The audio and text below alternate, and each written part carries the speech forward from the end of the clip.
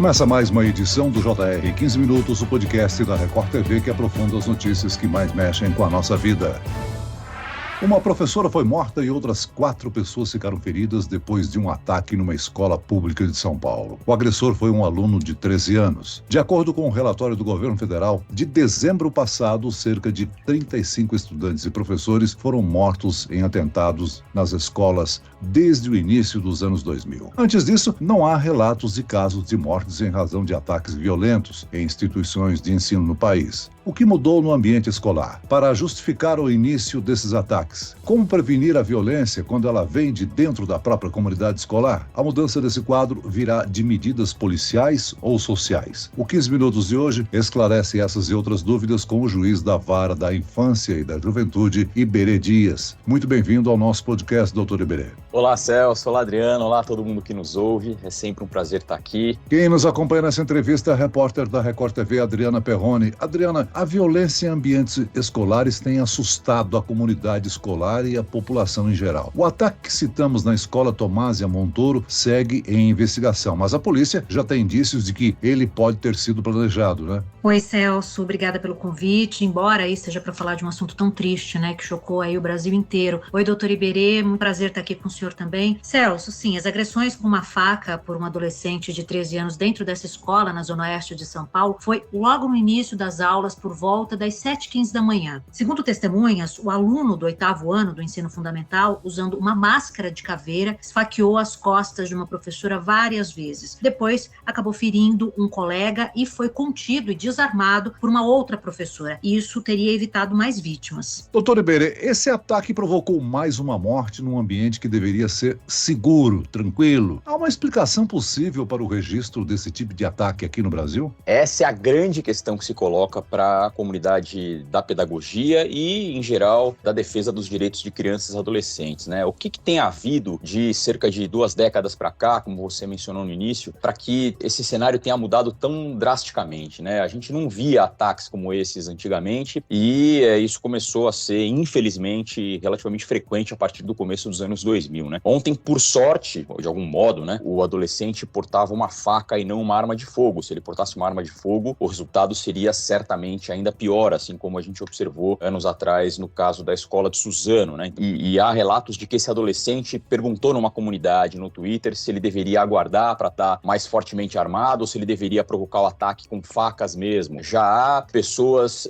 indicando a possibilidade de novos ataques, né? Pessoas que são especializadas na investigação na internet, investigando grupos de estudantes que já planejam novos ataques para comemorar o aniversário do ataque em Columbine, nos Estados Unidos, né? Que foi no dia 20 de abril, ou seja, isso é algo que vem crescendo, vem preocupando as polícias e ninguém sabe propriamente o que fazer para solucionar essa questão, né? O que parece fato, respondendo objetivamente a uma das perguntas colocadas no início do podcast, é que o trabalho policial, o trabalho de repressão, claro, pode contribuir para dissuadir a realização de eventos como esse, mas passa longe de ser o centro principal. O que a gente precisa é pensar na prevenção, é pensar o que tem feito com que estudantes tenham atingido estados psicológicos tão complexos como esse, né? A gente se preocupa pouquíssimo com a saúde mental, especialmente com a saúde mental de adolescentes no Brasil. A saúde mental é muito maltratada no geral no Brasil e a gente precisa voltar os olhos para isso. A gente também precisa voltar os olhos para a compreensão dos diálogos e das manifestações na escola, né? Não tem,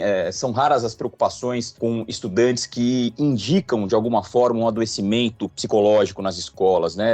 Será que a gente está olhando suficientemente para isso? E esse parece ser o principal ponto se a gente quiser prevenir casos como esse. Doutor, o crescimento de ataques em escolas brasileiras tem levantado ou acirrado ainda mais o debate sobre o país estar reproduzindo aí um cenário que a gente já viu nos Estados Unidos de massacres em colégios. Na opinião do senhor, muitos desses ataques podem ter sido inspirados por esses eventos recentes? Parece muito claro que sim, né? Tanto é que, como eu mencionei agora, adolescentes brasileiros, há já na internet internet manifestações de novos atentados para comemoração do ataque em Columbine, por exemplo, né? Claramente uma inspiração americana. A gente tem tantas coisas boas para imitar dos Estados Unidos, né? Tantos prêmios Nobel que eles ganharam, medalhas olímpicas, a inclusão do esporte no ambiente escolar que eles fazem tão bem, né? O desenvolvimento tecnológico, e a gente insiste em estar dos Estados Unidos o que eles têm de pior, né? A desigualdade social, a péssima alimentação e a questão da violência, enfim, a gente deveria olhar para os Estados Unidos e buscar o que eles têm de bom para nos ensinar, né? Evitar aquilo que é tão pernicioso para a própria sociedade americana. Agora, doutor, segundo o relatório do governo brasileiro que a gente citou no início do podcast, muitos ataques praticados por alunos e ex-alunos estão associados ao bullying e situações de exposição a processos violentos, incluindo aí negligências familiares. Agora, profissionais da educação precisam ser formados para identificar alterações de comportamento dos jovens e fatores psicológicos. Uma assistência de um profissional de psicologia é necessário nas escolas? Esse me parece o ponto principal de atenção que a gente deveria ter. As escolas certamente são uma porta excelente de verificação dessas questões psicológicas e psiquiátricas todas dos estudantes que estão ali, né? A gente fala de adolescentes, mas também das crianças, né? Há muitas crianças que já manifestam, por qualquer razão, algum adoecimento psicológico, psiquiátrico e tal. E é muito importante que a gente tenha nas escolas profissionais que estejam adequadamente preparados para identificar esses sinais e para poder proporcionar o quanto antes o tratamento adequado para esses adolescentes. A gente tem que pensar quantos e quantos adolescentes, quantos estudantes não há no Brasil sofrendo em silêncio por alguma questão psicológica, seja por causa do bullying, seja por questões familiares, e a escola certamente deve ser um dos pontos de respaldo desse adolescente, assim como a própria família, obviamente, né? Mas se as questões que causam esse adoecimento psicológico vêm da própria família, a escola deve servir como ponto de apoio, de modo que ter profissionais que tenham capacidade de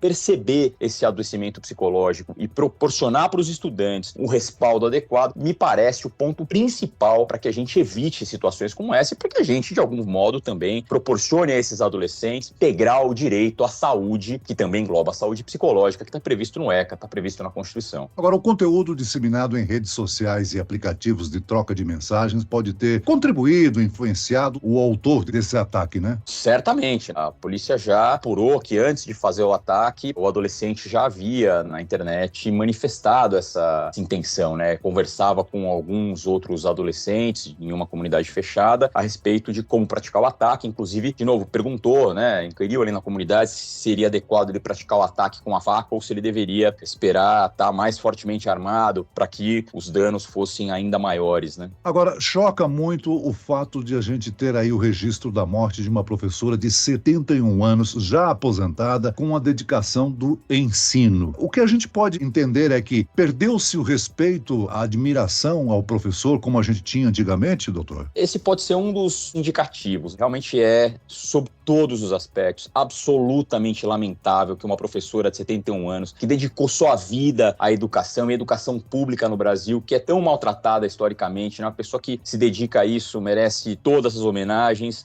Que ela encontrou no final da carreira profissional foi justamente um ataque que a levou à morte, né? A gente precisa, sem dúvida nenhuma, resgatar esse papel de relevância do professor. A gente precisa compreender o que tem feito com que esses vínculos, esse laço, eu não digo só do respeito, daquele respeito hierárquico de cima para baixo, eu digo da admiração mesmo do professor, né? O respeito se conquista de uma forma horizontal, pela admiração. Doutor, um outro ponto que é muito discutido, principalmente quando acontecem situações como essa, tem a ver com as questões jurídicas, né? Em situações que envolvem crianças e adolescentes. Lidar com adolescentes que cometem atos infracionais aqui no Brasil é um grande desafio, né? Não há uma opinião comum, há muita divergência quando o assunto é esse, né? A gente tem realmente opiniões as mais variadas, né?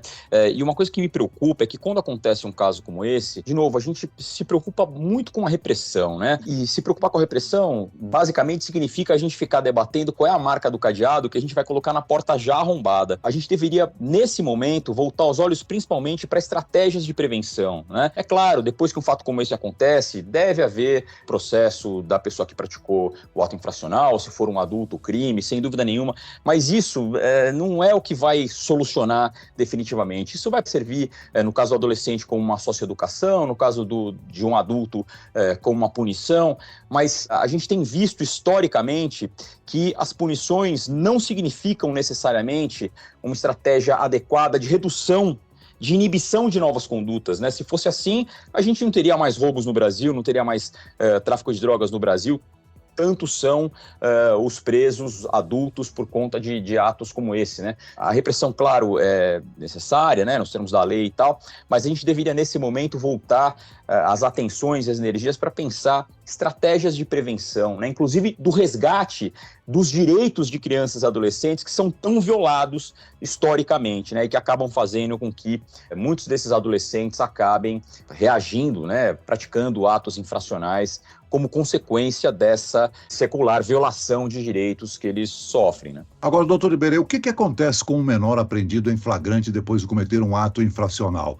Qual é a penalidade? Existe algum tipo de ajuda psicológica enquanto ele está apreendido? Quando o adolescente é surpreendido praticando um ato infracional em flagrante, ele é levado para a delegacia, né? Lavra-se o boletim de ocorrência, do flagrante, depois o adolescente é encaminhado para ser ouvido pelo promotor ou pela promotora, e aí o Ministério Público verifica se é caso de oferecer a representação, né, que é o início do processo de apuração do ato infracional ou não. Se o Ministério Público entende que é caso de representação, inicia-se o processo para apurar o ato infracional. Então o adolescente vai ser ouvido na frente do juiz ou da juíza, vão ser ouvidas as testemunhas que eventualmente existam ali, e no final o juiz ou a juíza acabam proferindo uma sentença para identificar se o adolescente é responsável ou não pelo ato infracional que está sendo imputado a ele. Quando se entende que o adolescente é responsável pelo ato infracional que está sendo ali apurado, o adolescente sofre uma medida socioeducativa. Ele vai receber uma medida socioeducativa. A gente não fala em pena propriamente para adolescente, a gente fala em medida socioeducativa. E a medida socioeducativa pode variar desde advertência até internação. Internação é a medida socioeducativa mais severa porque significa a restrição de liberdade, né? Aqui no estado de São Paulo, os adolescentes internados ficam em unidades da Fundação Casa. E nas unidades da Fundação Casa, assim como em outras unidades de internação Brasil afora, existe o respaldo, deveria existir, né? Mas na maioria dos casos existe efetivamente, o respaldo psicossocial, né? Que é responsável pela socioeducação desse adolescente. Doutor, e quais medidas de segurança, na opinião do senhor, as instituições de ensino devem adotar para evitar ou reduzir a possibilidade desse tipo de ataque? Colocação de sistemas de segurança, como catracas, detectores de metais. Qual a opinião do senhor em relação a isso? Essas medidas como catraca, detector de metal, de novo, a gente já está falando de um momento, isso vai servir para eventualmente evitar o adolescente que já chega armado na escola, né? O que a gente precisa é buscar formas de evitar que o próprio adolescente cogite uma possibilidade como essa, né? Qual é o grau de adoecimento social que faz com que a gente tenha adolescentes de 13, 14, 15 anos que cogitem se armar para matar colegas de escola, né? Isso demonstra um completo adoecimento daquele ambiente, né? Eu acho que o ponto principal aqui é a gente voltar os olhos para a saúde mental daquele ambiente escolar. Doutor Iberê, além da capacitação dos professores e outros profissionais da educação, é importante os pais, né, desempenharem um papel importante na identificação de mudanças no comportamento desses adolescentes, aumentar a aproximação dos pais com os profissionais da escola. Sem dúvida nenhuma, mães, pais, os responsáveis pelos adolescentes, os familiares são os primeiros responsáveis por essa verificação, né? Os responsáveis imediatos por essa análise, né? São as pessoas que deveriam ter mais atenção, um convívio mais estreito com esses adolescentes, né? O que a gente percebe, infelizmente, entretanto, muitas vezes, é a terceirização da educação, seja porque a família não conta com uma rede de apoio adequada, né? Seja por absoluta falta de preocupação, efetivamente, dos pais, né? É necessário ensinar mães e pais a como educar, né? A gente ainda tem aquela visão romântica de que mãe e pai, isso é um instinto, né? A gente naturalmente vai aprender como fazer.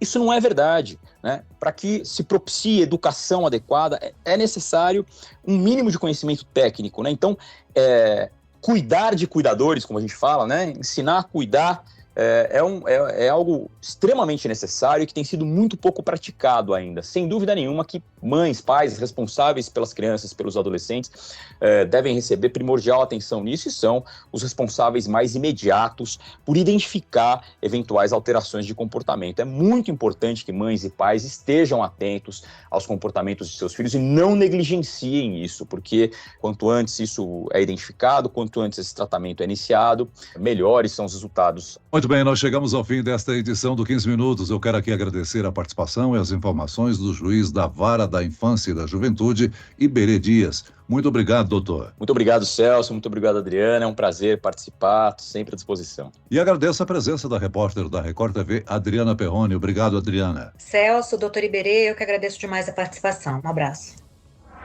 Esse podcast contou com a produção de David Bezerra e dos estagiários Fernando Russo, Lucas Brito e Kátia Brazão. Sonoplastia de Marcos Vinícius. Coordenação de conteúdo, Edivaldo Nunes e Deni Almeida. Direção editorial, Tiago Contreira. Vice-presidente de jornalismo, Antônio Guerreiro. E eu, Celso Freitas, te aguardo no próximo episódio. Até lá.